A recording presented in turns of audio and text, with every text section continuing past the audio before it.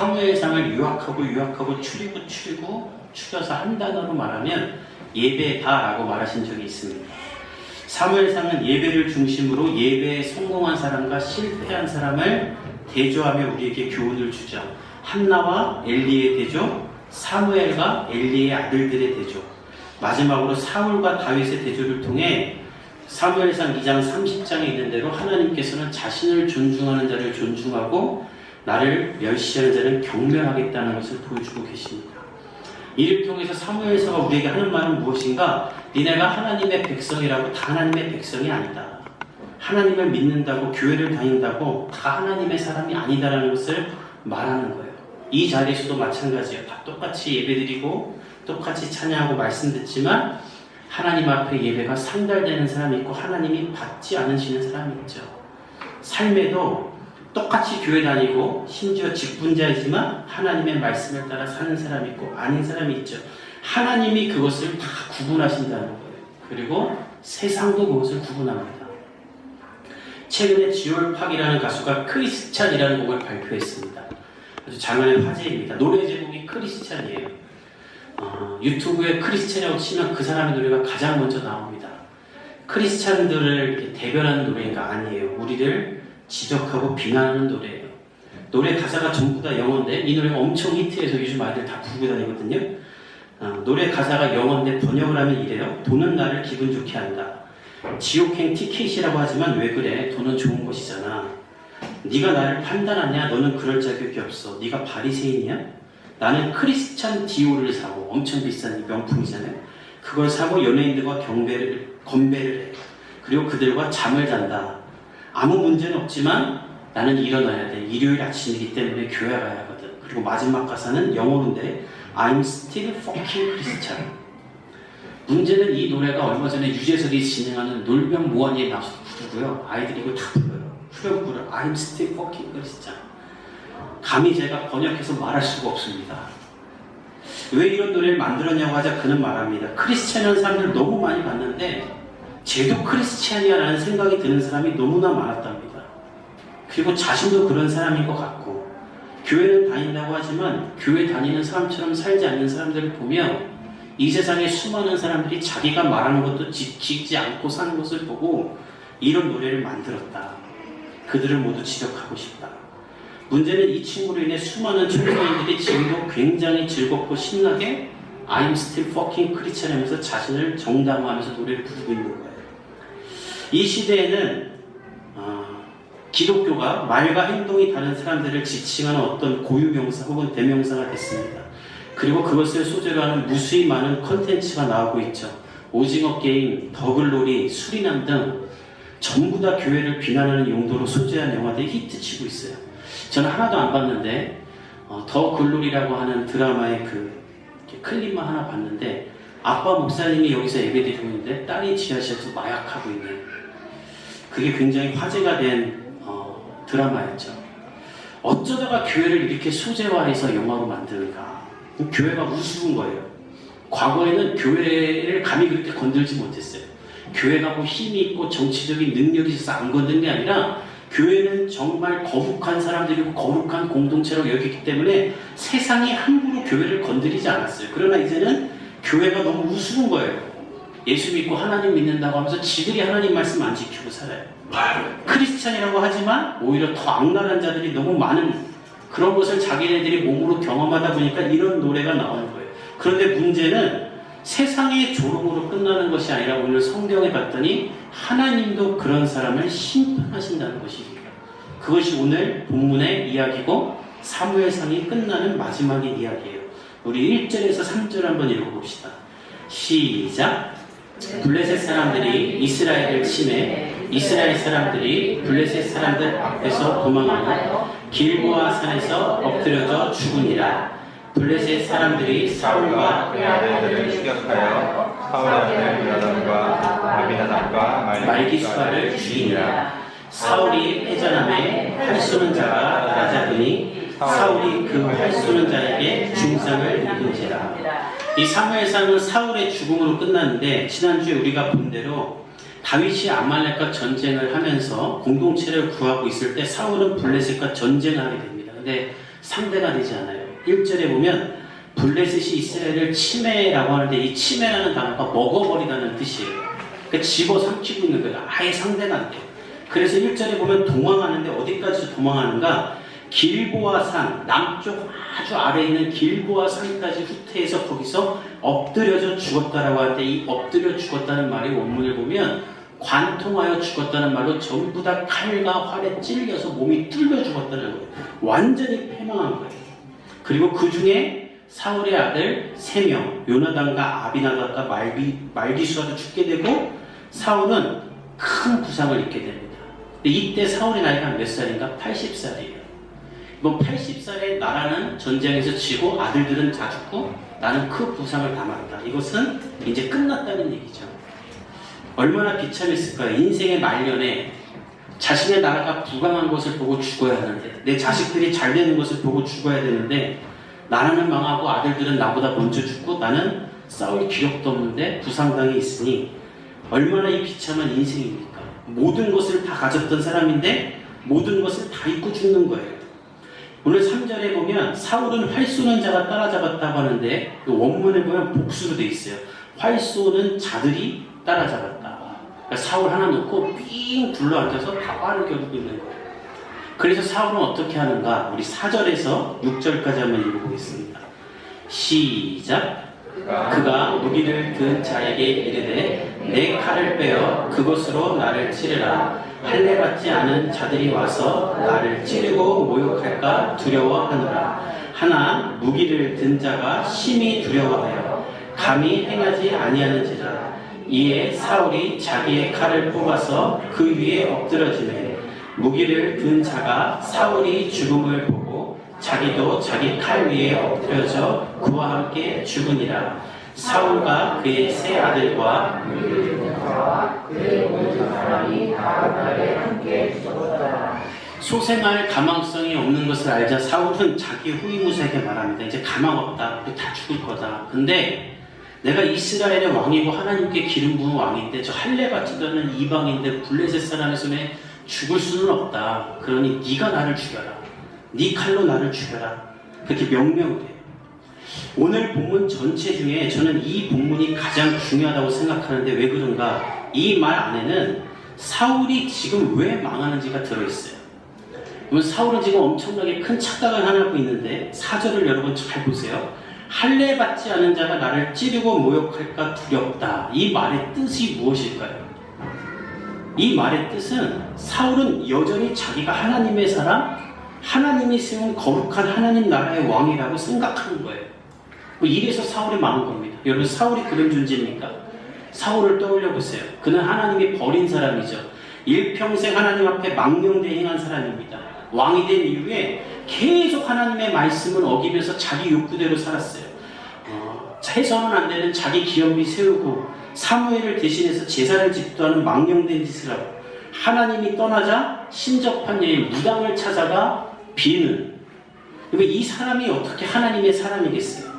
그 결과 지금 나라는 망하고 아들들 다 죽고 자기는 죽기 직전에 놓인 건데 그것을 깨닫지 못하고 나는 여전히 하나님의 사람이다라고 생각하고 말하는 것입니다. 여러분 지금 사울이 해야 될 일은 무엇인가? 하나님 앞에 회개하는 일이에요. 나의 죄 때문에 하나님이 나를 버려서 이 사단이 났구나. 나의 큰 죄 때문에 우리가 모욕을 당하고 죽게 됐구나. 이렇게 생각하고 회개해야 되는데 사울은 나는 여전히 하나님의 사람이라고 생각하니까 회개할 거리가 없는 거예요. 그래서 이런 소리를 하는 거예요. 안타까운 건 이 시대의 크리스찬들이 다 지금 이런 사울과 같이 되어 있는 거예요. 그래서 크리스찬이라는 노래가 나오는 것입니다. 교회를 다닌다고 하면서 술 퍼먹고 할 거 다 하고 방탕하게 하고 도박하고 마약하고 무당 찾아가 상담도 하면서도 나는 하나님의 사람이라고 하는 사람들이 얼마나 많습니까? 밤새 드라마 보고 축구 보고 영화를 보면서 일주일 내내 하나님의 말씀을 한 절도 안 읽는 사람들이 얼마나 많아요. 그러면서 나는 하나님의 사람이다? 자기 혼자 착각하는 거예요. 여러분 오늘 본문에 하나님이 사울을 버렸다는 것을 우리에게 무엇을 말하는가? 하나님이 우리도 버릴 수 있다는 거예요. 하나님이 저도 버릴 수 있어요. 우리 복음의 교회도 버릴 수 있어요. 하나님이 필요하지 않아요. 완전하신 분이기 때문에. 그런데 이들이 회개하지 않고 하나님 앞에 돌아서지 않자 하나님은 사울을 버리시는 겁니다. 특별히 3절에 보면 사울이 중상을 입었다고 하는데 이 중성이란 단어는 원문을 보면 몸을 비비꼬는 상태를 말하는 것으로 너무 아픈 거예요. 그래서 지금 죽어가는 거예요. 그러면 그렇게 죽어가면 하나님 한번 찾아야 되는 거 아닐까요? 끝까지 하나님 찾지 않아요. 사울과 같은 똑같은 상황에서 사울과 달리 하나님을 찾았던 사람이 있습니다. 우리가 너무나 잘 아는 힘센 사람 삼손이죠. 삼손도 사울처럼 하나님을 떠나 망령되이 행해서 하나님께 버림받습니다. 그래서 블레셋에게 잡혀서 눈이 뽑히고 조롱과 능욕을 당합니다. 성경에 보면 재주를 부리게 했다. 완전 원숭이 취급한 거예요. 그렇게 치욕을 당할 때 삼손이 마지막으로 두 눈 다 뽑혀서 아무것도 못 보고 있을 때 삼손이 어떻게 하는가? 성경에 보면 여호와께 마지막으로 부르짖었다. 그리고 하나님 나에게 다시 힘을 주십시오. 저 블레셋의 원수를 갚게 하십시오. 그때 좋으신 하나님은 일평생 하나님을 멸시하고 떠났던 삼손에게 다시 찾아와 힘을 주시고 용서하시고 그를 일으키세요. 저는 오늘 이 예배 가운데 우리 안에 사울의 강박함이 벗어지고 삼손의 겸손함이 있기를 예수님의 이름으로 축복합니다. 아멘. 그리하면 하나님이 소망과 능력과 구원을 주시는 거예요. 사울과 같은 그리스도인들이 너무 많아요. 죄 지으면서 나는 목사라고, 사기치면서 장로라고 하고, 부동산 투기하면서 권사라고 하고, 여러분 그런 이단들 지금 하나님이 다 드러내시잖아요. 우리도 마찬가지예요. 하나님이 그렇게 하십니다. 과거의 한국교회 성도들은 어땠는가? 교회 다니는 사람은 다르다는 말을 듣고 살았어요. 다 지독하게 자기밖에 모르고 돈 하는데 예수 믿는 사람은 자기도 가난한데 누굴 도와줘? 다 회사 끝나고 술 퍼먹고 당구 치고 노래방 갔다 늦게 오는데 예수 믿는 아빠들은 일찍 와서 아이들 돌봐주고 수요일에는 예배 드리러 가고. 근데 지금은 어때요? 교회 다니는 집안이나 안 다니는 집이나 다를 게 없어요. 그래서 서로 놀라요. 너도 크리스찬이야? 너도 엉망이네? 나도 엉망인데? 한잔하자. 그러고 술 먹으러 가는 거예요. 이런 신앙을 하나님은 오늘 사울을 통해 우리에게 지적하시는 겁니다. 너는 다윗처럼 삼손처럼 나를 의지하며 회개하고 날마다 나를 구하며 예배하고 있느냐? 아니면 사울처럼 네 맘대로 살면서 하나님의 말씀 다 내 맘대로 해석하고 내 맘대로 거스르면서 이 정도면 잘한 것 아니냐 말하고 있지 않느냐? 저와 여러분이 오늘 이 사울의 길에서 다 떠날 수 있기를 축복합니다. 결국 사울은 죽어요. 나이 80에. 얼마나 비참하게 죽어요. 잘 보세요. 내가 먼저 죽고 아들들이 죽고 나라가 망하면 좀 낫죠. 나라 망하고 아들 죽고 그 다음에 죽어요. 가장 비참한 죽음입니다. 그리고 또 하나의 심판이 있는데 오늘 본문에 보면 사울이 스스로 죽은 것을 보고 무기를 든 자도 스스로 죽었다고 하죠. 유대 전승에 보면 이 사람이 사울의 하수인이었던 에돔 사람 도액으로 봅니다. 여러분 기억하세요? 옛날에 다윗을 도와줬던 아히멜렉 대제사장을 죽이고 85명의 제사장을 다 앞장섰던 그 도액도 죽게 되는 거예요. 하나님이 심판하시는 것이죠. 그리고 이렇게 끝나버려요. 그런데 하나님의 심판은 여기서 끝나지 않고 사울의 기대도 여기서 끝나지가 않습니다. 우리 7절에서 10절까지 읽어봅시다. 시작. 골짜기 저쪽에 있는 이스라엘 사람과 요단 건너편에 있는 자들이 이스라엘 사람들이 도망한 것과 사울과 그의 아들들이 죽었음을 보고 성읍들을 거리로 도망하매 블레셋 사람들이 일어나 거기에서 살라. 그 이튿날 블레셋 사람들이 죽은 자를 벗기러 왔다가 사울과 그의 세 아들이 길보아 산에서 죽은 것을 보고 사울의 머리를 베고 그의 갑옷은 벗기고 자기들의 신당과 백성에게 알리기 위하여 그것을 블레셋 사람들의 땅 사방에 보내고 그의 갑옷은 아스타롯의 집에 두고 그의 시체는 벳산 성벽에 못 박았네. 사울과 그의 아들들이 죽자 블레셋 사람들이 이스라엘 땅을 차지합니다. 7절에 보면 7절 하반부에 보면 블레셋 사람들이 거기서 삽니다. 그러니까 땅을 찾아서 거기서 사는 거예요. 그리고 살기 위해 그 다음날 시체들과 자네들을 정리하고 전리품을 수거하다가 사울과 죽은 그 세 아들을 발견하게 돼요. 이것을 발견한 이들은 야 우리가 완전히 이스라엘 이겼구나. 왕이 죽었으니까. 그리고 왕자들 다 죽었으니까. 승리를 작축하자 하고 그들의 문화대로 사울의 머리를 잘라서 블레셋 사방으로 돌리면서 알립니다. 사울은 죽었다. 그리고 그의 갑옷은 아스다롯이라는 블레셋 여신의 성전에 두어 사울을 수치스럽게 하고 목이 잘려나간 사울의 시체는 벳산이라는 곳 성벽에 못을 박아박아요. 여러분 사울이 지금 왜 자살했나요? 내가 할례받지 않는 자들에게 수치당하지 않기 위해 스스로 자살한 것이죠. 그런데 그것도 실패한 거예요. 죽어서도 수치와 모욕을 당하는 거예요. 이게 하나님이 보호하지 않으면 이렇게 되는 거예요. 죽어서도 모욕을 당하는 것입니다. 오늘 이 본문을 통해 우리가 무엇을 배워야 되는가? 저와 여러분이 하나님 믿기로 했고 교회 다니기로 했으면 우리 어설프게 믿는 둥 마는 둥 그렇게 믿지 말고 예수님 말씀처럼 차든지 덥든지 하나님 뜨겁게 사랑하며 믿을 수 있기를 예수님의 이름으로 축복합니다. 아멘. 저는 우리 복음의 교회가 그런 교회 됐으면 좋겠어요. 아멘. 몇백 명이 모이고 커지고 교회 짓고 이런 거 하나도 바라지 않아요. 그런 거 질리게 받습니다. 부목사 10년 하면서. 그런 교회 있을 필요도 없어요. 더 이상 한국 교회에. 몇 명이 모여도 정말 하나님 잘 믿는 사람들.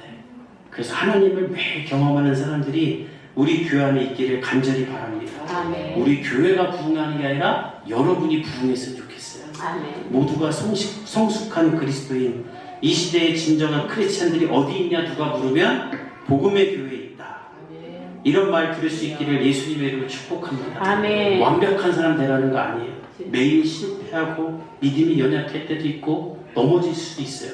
그러나 그때마다 다윗처럼 나의 실수를 인정하고 하나님 앞에 기도하고 겸손히 엎드리면 하나님이 우리를 다윗처럼 만드시는 거지 내가 다윗처럼 되는 게 아닌 줄 믿습니다.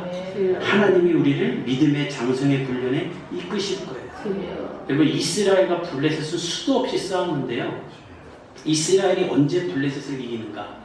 이 전력상 상대가 안 돼서 항상 블레셋이 이겨요. 이스라엘은 무기도 없어요. 블레셋이 쇠장장이를 다 빼가서 철을 만들 사람이 없는 나라예요. 근데 이길 때가 있어요. 언제 이기는가? 하나님의 사람들이 있을 때는 이겨요. 사무엘, 다윗 이런 사람들이 있을 때는 이스라엘이 이겨요. 왜? 그 한 사람을 통해 하나님이 임하기 때문에. 우리가 다윗과 같은 예배자가 되면 여러분의 가정과 여러분의 사업과 여러분의 회사에는 하나님이 주시는 승리가 임하는 줄 믿습니다. 아멘. 그런 사람들 되기를 예수님의 이름으로 축복합니다. 아멘. 아멘. 우리 마지막으로 11절에서 13절 읽어봅시다. 시작. 길드한 야베스 주민들이 블레셋 사람들이 사울에게 행한 일을 듣고 모든 사람들이 일어나 밤새도록 달려와서 사울의 시체와 그의 아들들의 시체를 벳산 성벽에서 내려가지고 야베스에 돌아와서 거기서 불사르고 그의 뼈를 가져다가 야베스 에셀나무 아래에 장사하고 7일 동안 금식하였다. 사울의 시체가 목이 잘려나간 채로 성벽에 걸려있다는 말을 길르한 야베스 사람들이 듣습니다. 이 사람들은 요단 동편에 사는 문하세 지파의 사람들인데 우리가 봤었는데 사무엘상 11장에 암몬이 쳐들어와 이들을 공격했을 때 사울이 구해줬던 사람들이에요. 사울의 큰 은혜를 입었던 사람들이에요. 이 사람들은 사울이 죽은 것을 듣고 너무나 가슴이 아팠어요. 우리를 구해줬던 사람인데 그가 비록 하나님께 망령되 행하여 버림을 받았지만 이렇게 죽어있는 것이 너무 안타까운 거예요. 그래서 그를 구하기로 하는데 이건 굉장히 위험한 일이에요. 왜냐하면 이미 블레셋이 땅을 다 점령했고 이 사람들이 사는 동네와 사울의 시체가 걸려있는 곳은 20km나 떨어져 있는 아주 그 여정이 험난한 지역이에요. 이 시체를 가지러 갔다가는 그냥 블레셋에게 죽을 수도 있어요. 하지만 우리는 블레셋을 우리는 사울의 시체를 저렇게 둘 수 없다라고 믿고 12절에 보면 모든 장사들, 힘이 센 사람들을 다 모아서 밤새도록 달려갑니다. 그리고 시신을 거두어 화장을 해요. 오늘 여기 성경에 보면 불을 살랐다라고 하는데 이것은 사울의 시체를 태웠다는 게 아니라 원래 이스라엘은 매장 문화지만 목이 잘려나간 사람이기 때문에 그를 잘 이렇게 장례를 치러주기 위해 화장을 하고 뼈만 거둔 거예요. 그리고 에셀나무 아래에 심어주는데 성경에서 이 에셀나무는 하나님과의 교류를 상징하죠. 당신은 하나님께 버림받아 죽었지만 그의 뼈는 하나님과의 교류를 상징하는 에셀나무 밑에 이 사람들이 묻어주는 거예요. 이 본문을 우리가 왜 공부해야 되냐면 저는 여러분들이 국가적인 재난이나 어려운 일이 일어났을 때 이 길르한 야베스 사람처럼 행할 수 있기를 축복합니다. 저 하나님의 심판이 그렇게 함부로 말하지 마세요. 무슨 큰 사고가 났을 때 그것은 하나님이 해석할 일이 우리가 해석할 일이 아니에요. 우리가 할 일은 애도하고 대신 회개하고 그것을 교훈 삼아 하나님 앞에 나아가며 그들을 위로하는 것이 우리가 할 일인 줄 믿습니다. 저와 여러분 모두가 그런 성숙한 그리스도인이 되길 바랍니다. 아이 사울 저거 하나님 앞에 졌다고 살더니 저렇게 비참하게 죽네 이런 말을 안 했다라는 거예요. 고난당하는 사람을 지적하는 사람이 아니라 고난당한 사람을 위로하는 사람들이 되기를 예수님의 이름으로 축복합니다. 오늘 말씀을 마치겠습니다. 우리가 이 자리에 모여서 하나님을 아바 아버지라 부를 수 있는 것 예수님이 십자가에 달려 죽으사 우리의 모든 죄를 세멸하시고 우리를 정결하게 하시기 때문입니다. 예수님이 우리를 크리스찬으로 만들어 주셨어요. 그러면 그 은혜를 기억하며 허망한 것을 버리고 하나님의 사람들이 되기를 예수님의 이름으로 축복합니다. 가짜 목사, 가짜 집사, 가짜 장로가 판을 칩니다. 우리 복음의 교회 모든 성도들은 이 시대에 크리스찬이 어디 있냐고 할 때 복음의 교회에 있다는 말을 듣는 사람들 되기를 우리 저와 여러분이 힘써 노력하기를 또 하나님께서 나를 그렇게 만들어 주시기를 기도하는 사람이 되기를 예수님의 이름으로 축복합니다. 이렇게 기도하겠습니다.